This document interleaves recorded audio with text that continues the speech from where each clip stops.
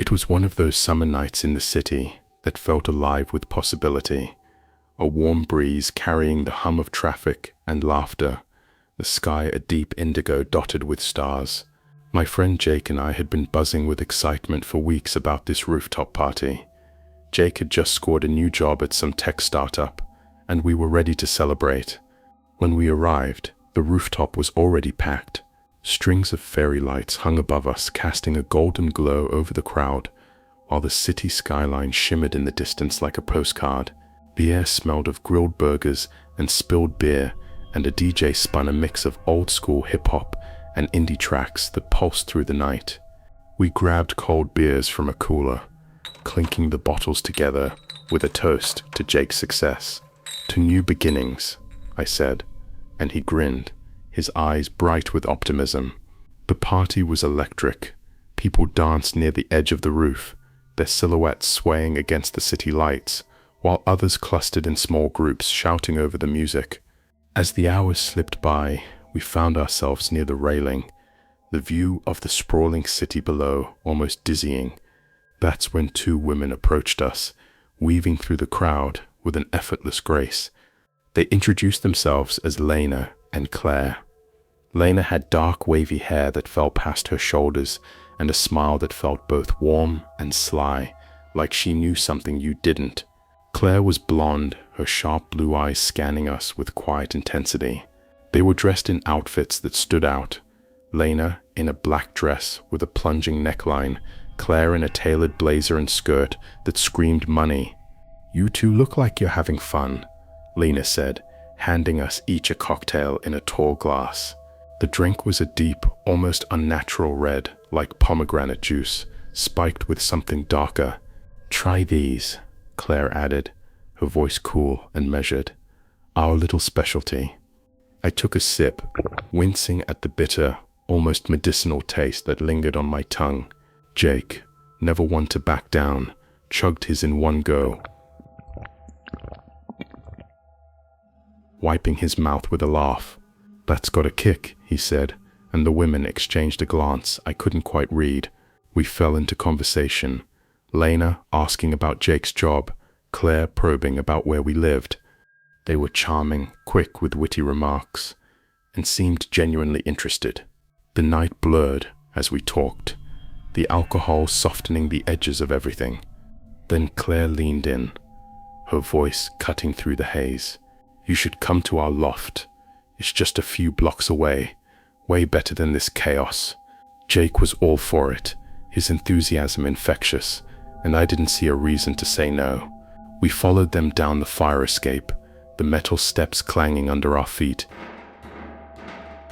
As we descended into the night, the city lights streaked past in a blur, and I felt an odd heaviness settle into my limbs, like I was wading through molasses. I blamed the drinks, but a quiet unease gnawed at me. The streets below were too silent, the usual honks and chatter muted. The loft was something else entirely. We stepped inside, and it was like walking into a movie set. High ceilings with exposed beams, brick walls lined with abstract art, and furniture that looked too pristine to sit on. A massive painting hung above the couch, all jagged lines and dark splashes, unsettling in a way I couldn't pin down. The air carried a faint scent of incense, sharp and earthy. Claire poured more drinks from a crystal decanter, while Lena started asking questions that felt oddly specific. "Do you live alone?" she asked, her eyes locked on mine. "Any family nearby?" My head was swimming, my thoughts sluggish. I tried to answer, but my words came out thick, tangled. Jake was slouched on the couch, laughing too loudly at something Claire said. His face flushed, the room tilted, and I gripped the armrest to steady myself. Lena leaned in close, her breath hot against my ear. "You're not like the others," she whispered, her voice low and deliberate. "You'll do just fine. Everything after that is a blank. It's like someone snipped a reel of film. One moment I was there, the next I was waking up on a park bench, the morning sun stabbing at my eyes. My head throbbed, a dull ache that pulsed with every heartbeat, and when I sat up, the world spun violently. I looked down and froze. I wasn't wearing my clothes. Instead, I had on a stained hoodie and baggy jeans that hung off me, the kind of stuff you'd pull from a donation bin. My shoes were soaked, squishing with every move, but my socks were inexplicably dry. My phone, wallet, and keys were gone, like they'd been erased from existence. I stumbled to my feet, my breath ragged, as I took in my surroundings. The park was unfamiliar, miles from the rooftop, its paths winding through overgrown trees and empty benches. The streets beyond were quiet, almost abandoned. Panic surged through me. How had I gotten here? The last thing I remembered was Lena's voice, and then nothing. A gaping hole where hours should have been. I borrowed a phone from a jogger and called Jake. He picked up instantly, his voice trembling. "Dude, where are you?" I woke up in an alley, wearing some random coat. My stuff's gone too. We met at a diner, both of us shell-shocked. Jake looked awful, pale, with dark circles under his eyes. He said he'd found our phones in a dumpster near the party, along with messages we hadn't sent, heading home, talk tomorrow, and staying at a friend's. The timestamps were hours apart, but neither of us remembered typing them. We went to the police, but they brushed us off. "Sounds like you boys had too much fun," an officer said, smirking. I wanted to scream. It wasn't just a hangover. Something had happened in that loft. Something planned and precise. And the worst part, I'll never know what.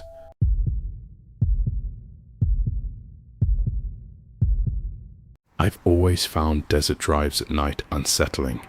The vast, empty expanse stretches out forever, swallowing the world beyond your headlights in a sea of black.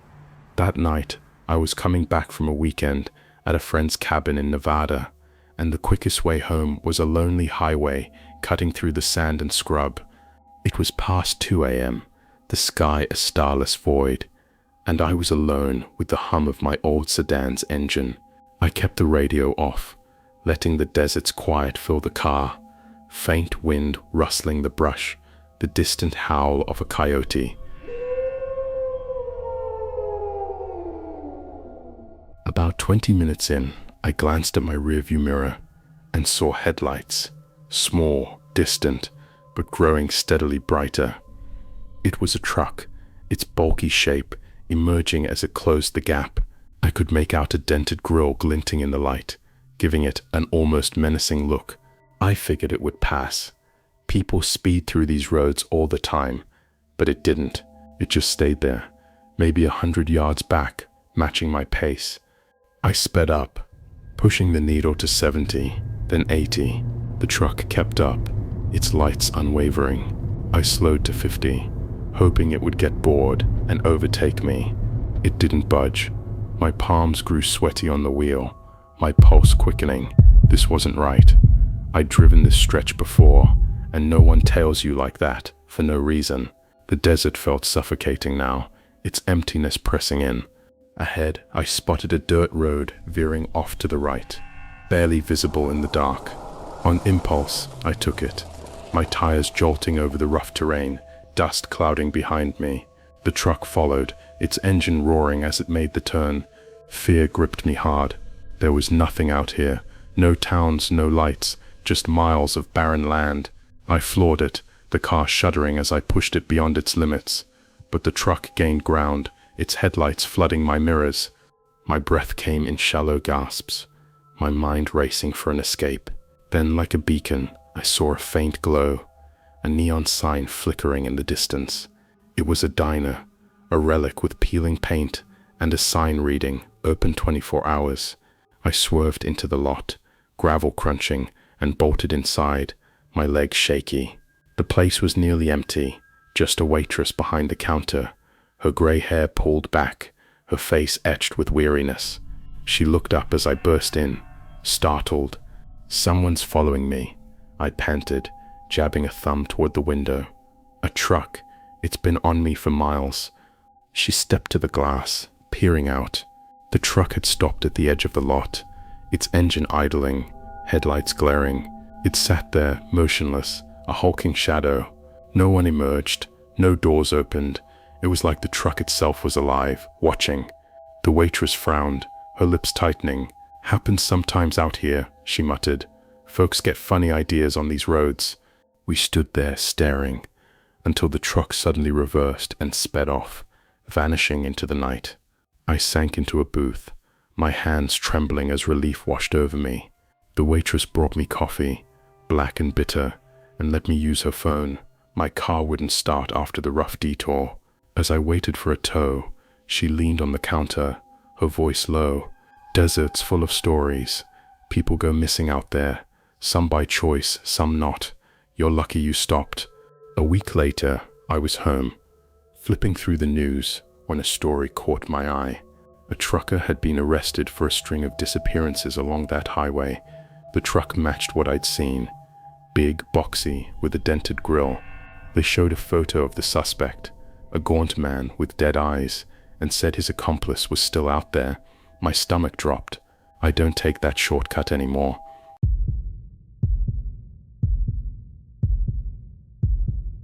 I never minded working late at the warehouse. It was a cavernous place, concrete floors, steel beams, and shelves stacked high with boxes, and the solitude suited me. I'd taken extra shifts to save for a car, which meant staying past midnight most nights. The routine was simple: log inventory, move crates, lock up. Tuesday night was no different, or so I thought. I was near the loading bay, the air cool and still, when I heard a sound, a faint tapping, like knuckles on glass. I paused, straining to listen. It came again, sharper, from the bay doors.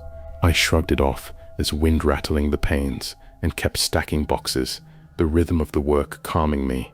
But then the tapping shifted into a slow, deliberate scrape. Metal dragging across metal. My skin prickled, a chill creeping up my spine. I grabbed a flashlight and patrolled the aisles, the beam cutting through the dimness. The exits were secure, the corners empty. Then my radio crackled to life. I hadn't touched it all night, but static burst through, loud and jagged. A voice cut in, low and distorted, like it was bubbling up from deep water. "Still here," it said. My heart lurched. I stared at the radio, its screen flickering, and jabbed the power button. It went dark, then flared back on, the same words repeating, "Still here." Panic set in. I ran to the office and pulled up the security feed, cycling through the cameras. The warehouse looked normal, empty aisles, locked doors, until I hit the bay camera. There was a shape, blurry and tall, standing just out of focus. I blinked and it vanished. My throat tightened, my mouth dry as sand. Then came the footsteps. Heavy, measured, echoing from the far end, near the lockers. They moved closer, then stopped, only to start again from another direction. I bolted to the office, locking the door, my hands shaking as I dialed my boss. He answered, groggy and annoyed. "Someone's here," I said, my voice cracking. Footsteps, the radio. "It's not right." "You're tired," he grumbled. "Old buildings creak. Finish up and go home." But it wasn't creaks. I stayed in the office, the footsteps circling outside, relentless until dawn broke and silence fell. When I stepped out, the air felt heavy. Wrong. On my way out, I saw it, a fresh scratch on the bay door, deep and jagged, like something had clawed its way in or out. I quit the next day. Whatever was there, it could have the place.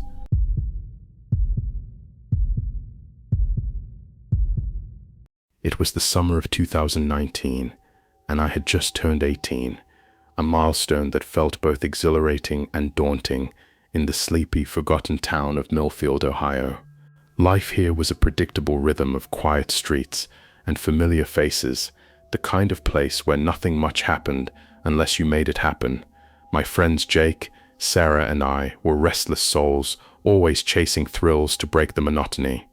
The evening sun hung low as we approached, its golden rays filtering through the trees, casting jagged shadows across the hospital's overgrown lawn.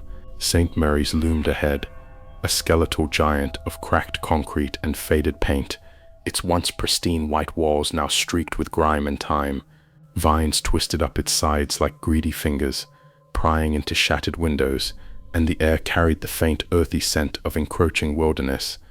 The front doors, boarded up long ago, gaped slightly, where someone or something had forced an opening just wide enough for a person to slip through. "You sure about this, Alex?" Sarah's voice trembled, her wide eyes darting between me and the building. She clutched her jacket tighter, as if it could shield her from the unease radiating from the place. I forced a grin, masking the flutter of nerves in my gut. Of course. It's just an old hospital. What's the worst that could happen?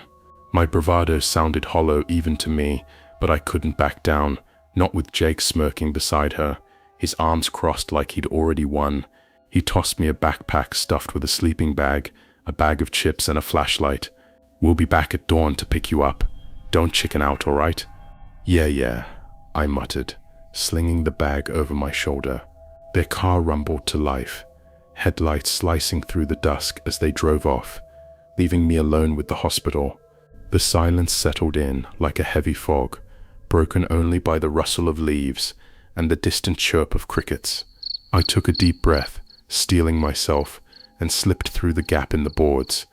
Inside, the lobby swallowed me whole. The air was thick with mildew, a damp sour smell that clung to my throat with every breath. My flashlight's beam danced across the ruin. Peeling paint curled off the walls like dead skin, rusted gurneys lay abandoned in crooked rows, and dust swirled in the air, glowing faintly in the light. Every step echoed through the cavernous space, a lonely tap tap tap that seemed to mock my presence in a place that hadn't known life in decades. I set up camp in what must have been the waiting room, near a row of cracked plastic chairs bolted to the floor.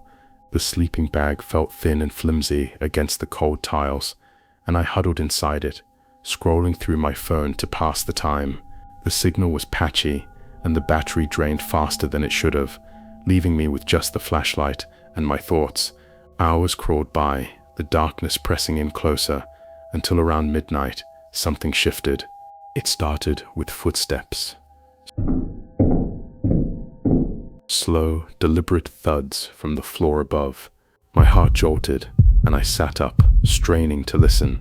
The sound was measured, purposeful, not the random creak of an old building settling. "Jake? Sarah?" I called, my voice cracking as it bounced off the walls. "Is that you guys?" Silence. A thick, suffocating silence that made my skin prickle. I held my breath, waiting, but the footsteps didn't return.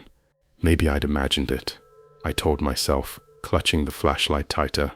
Old places like this played tricks on the mind, but then, just as I started to relax, the whispers began.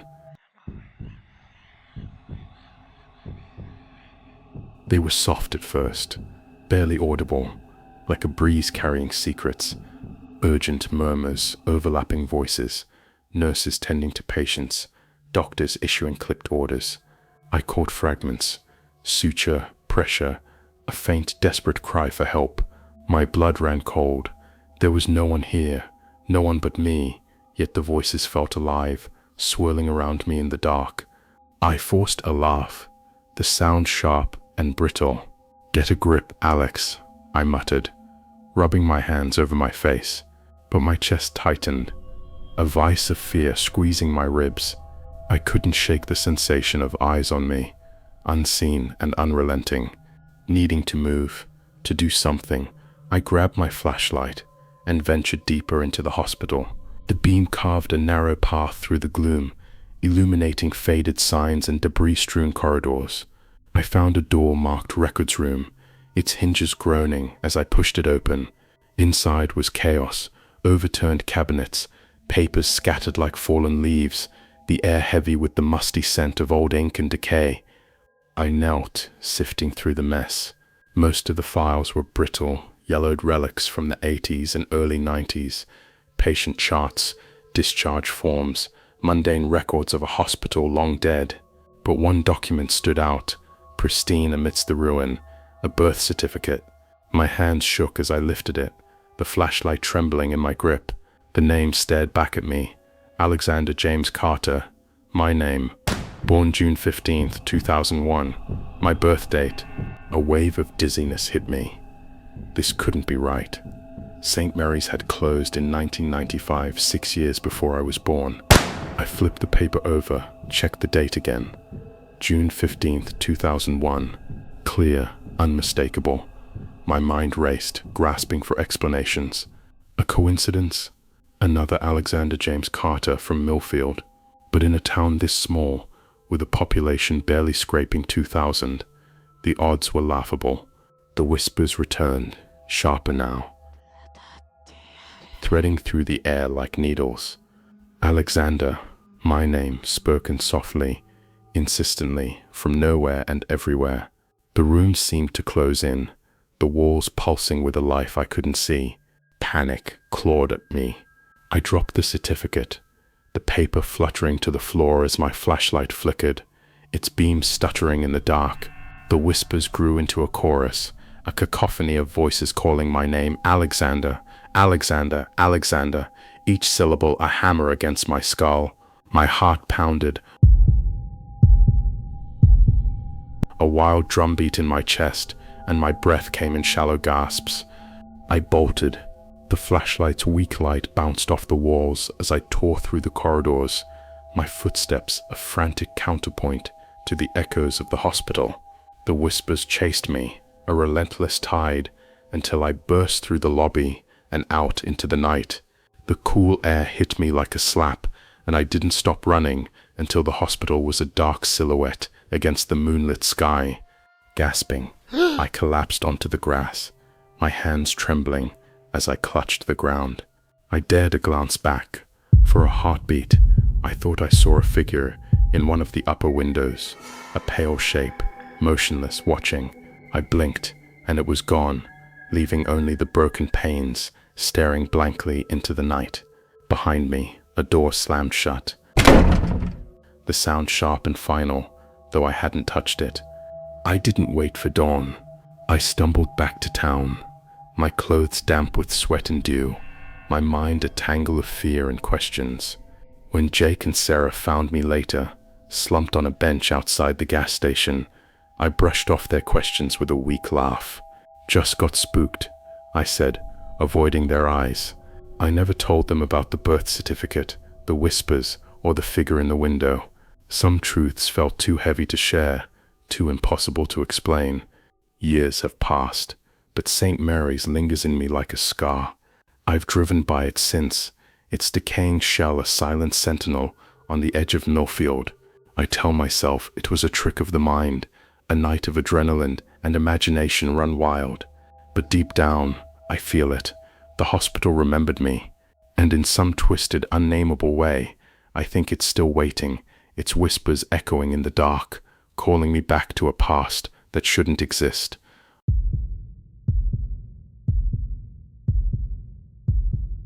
In 2018, my family moved into a duplex on the edge of a mid-sized city in Ohio. I was 12, and it was just me, my mom, and my older brother Caleb. The place was old, built in the 1940s, with creaky wooden floors and windows that rattled when the wind blew. Our unit was upstairs, and the downstairs was rented by a man named Mr. Hargrove. The duplex sat on a quiet street, lined with sagging maple trees, and houses that looked like they hadn't been painted since the 80s. Behind us was a narrow alley, overgrown with weeds, and littered with broken bottles and cigarette butts. The air always smelled faintly of damp concrete and something sour like rotting fruit. Mr. Hargrove was in his late 60s, maybe early 70s, with a stooped posture and thin grey hair that clung to his scalp like cobwebs. He wore the same outfit every day, a faded flannel shirt, baggy khakis, and scuffed loafers.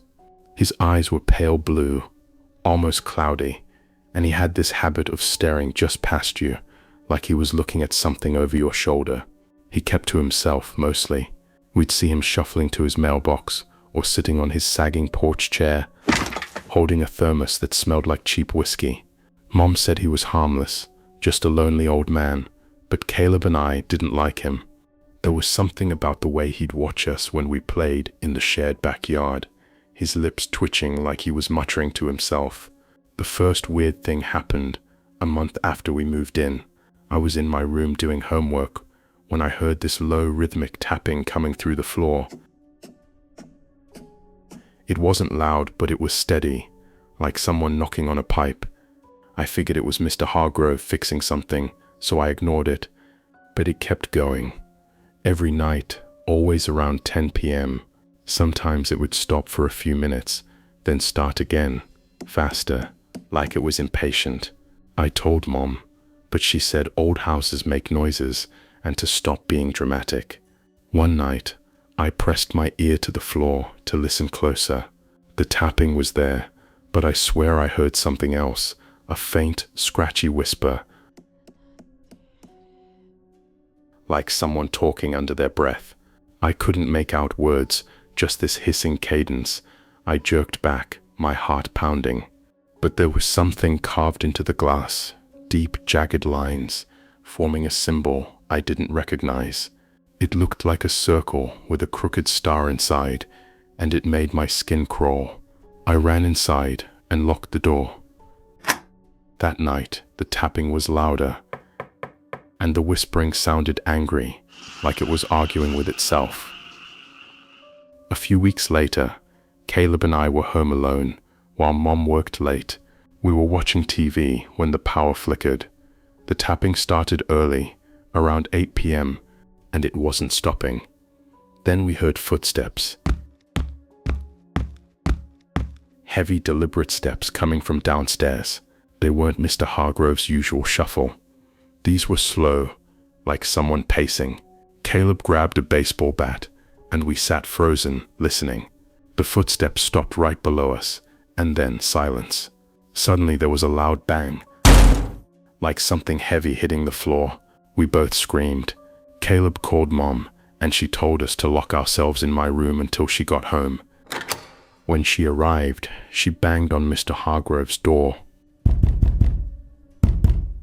but no one answered. The next day she called the landlord, who said he'd check on him. The landlord came back looking shaken. He said Mr. Hargrove was fine, just a little confused, but he wouldn't elaborate. In 2020, Mr. Hargrove died. The landlord found him in his recliner, thermos still in hand. They cleared out his unit, and I overheard the landlord telling Mom they found strange stuff in the basement. Candles, chalk drawings on the walls, and a pile of animal bones. The new tenant, a young guy named Ryan, moved in a month later. He seemed nice, but he didn't stay long. He told Caleb he kept hearing tapping at night and felt like someone was watching him from the basement. He moved out after 3 months. Last year, I was helping Mom clean out our storage in the shared basement. I found that window again, the one with the carved symbol. The glass was cracked now, and the symbol looked deeper, like someone had traced it over and over. As I stared at it, I heard a faint tap. I dropped the box I was holding and ran upstairs. Now it's 2025, and we're still in the duplex. The downstairs unit is empty again. The tapping stopped after Ryan left, but sometimes, late at night, I hear that whispering. It's faint, like it's coming from the walls. I don't go in the basement anymore. I don't think whatever's down there is gone. I think it's waiting.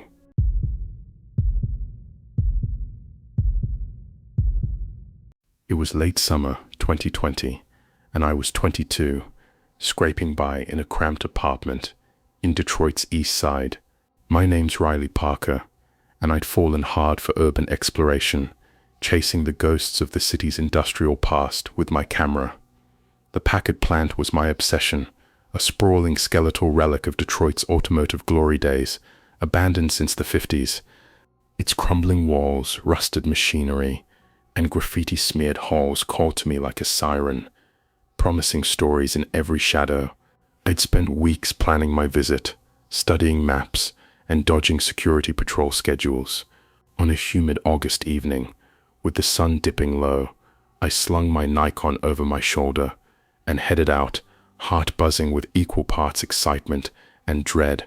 The Packard plant loomed on the horizon, a jagged silhouette against the orange sky. Its endless rows of broken windows glinted like cracked teeth, and the air carried a faint tang of rust and oil mixed with the sour bite of decay. I parked my beat-up sedan a block away, tucked behind a vacant lot overgrown with weeds, and double-checked my gear: flashlight, extra batteries, a pocket knife I hoped I'd never need. The streets were quiet, save for the distant hum of traffic and the occasional bark of a stray dog. I slipped through a gap in the chain-link fence, its rusted links groaning under my hands, and stepped into the plant's shadow. The factory grounds were a maze of crumbling concrete and twisted metal. Shattered glass crunched under my boots, and graffiti glowed faintly in the fading light. Tags like void and ghost sprayed in neon colors. I felt a prickle on my neck, like the place was watching me, but I shook it off. This wasn't my first rodeo. I'd explored abandoned warehouses and schools before, always alone, always chasing the perfect shot. But the Packard felt different too, still too heavy, as if the air itself held its breath.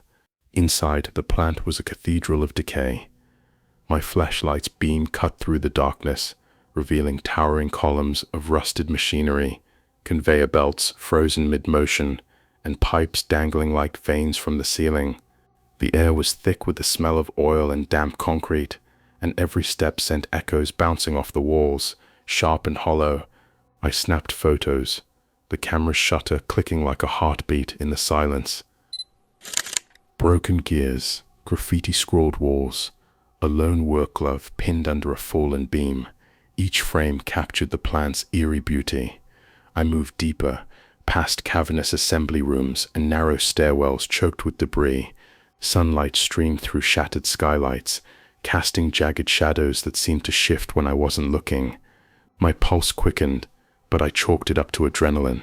I was alone, I told myself.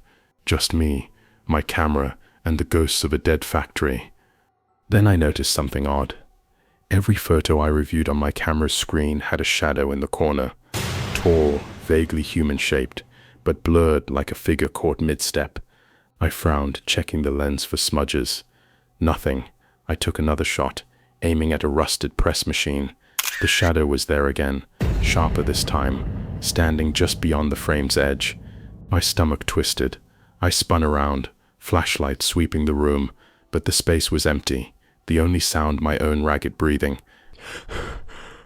I kept moving, telling myself it was a glitch, a trick of the light. The plant's vastness swallowed my footsteps, but the silence felt heavier now, oppressive. I climbed a rickety metal staircase to the second floor, its steps groaning under my weight. Up here the air was colder, the smell of rust sharper. I snapped more photos, cracked windows, a pile of forgotten blueprints, a chair tipped over like someone had left in a hurry. The shadow appeared in every one, closer now, its edges more defined, as if it were stepping toward me. My hands trembled as I lowered the camera. "Get it together, Riley," I muttered, my voice sounding small in the vast space. But then I heard it, a low rhythmic hum, like machinery stirring to life. My heart stopped. The Packard had been without power for decades. I checked the records. No electricity, no generators, nothing. Yet the hum grew louder, a deep throb that vibrated through the floor, up into my bones. Somewhere in the darkness, metal clanked. A slow, deliberate rhythm, like a press machine resuming its long-forgotten work. I froze, flashlight gripped so tightly my knuckles ached. The hum wasn't random. It had a pattern, a pulse, like the factory was breathing. I swung the beam around, catching glints of rusted pipes and broken glass, but no source for the sound. My chest tightened, fear coiling like a snake in my gut. I wanted to run, but my legs felt heavy, rooted. I forced myself to move, retracing my steps toward the staircase, the hum growing louder with every step. Halfway down the stairs, I stopped to check my camera again, desperate for proof I wasn't losing it. I scrolled through the photos, my breath hitching. The shadow was in every shot now, taller, clearer, its head tilted as if watching me. In one frame, it stood just behind a conveyor belt, its blurred form almost human, but wrong, too tall, too thin, the arms hanging too low. My mouth went dry. I'd been alone. I knew I'd been alone. The hum spiked, a sudden roar that shook the walls. Dust rained from the ceiling, and I stumbled, nearly dropping the camera. The flashlight flickered, its beam stuttering, and for a moment I thought I saw it, a figure at the edge of the light, tall. The factory seemed to fight me as I ran. Loose pipes clattered underfoot, and shadows danced in the corners of my vision, always just out of reach. The hum followed me, a mechanical heartbeat that pulsed faster, louder, as if urging me to stay. I reached the ground floor, my lungs burning, and sprinted for the gap in the boarded-up entrance. I peeled out, tires screeching, and didn't look back until the factory was a distant blur in my rearview mirror. My heart pounded, my shirt clung to my sweat-soaked skin, and my mind raced with questions I couldn't answer. What was that shadow? Why the hum? And why did it feel like the plant knew I was there?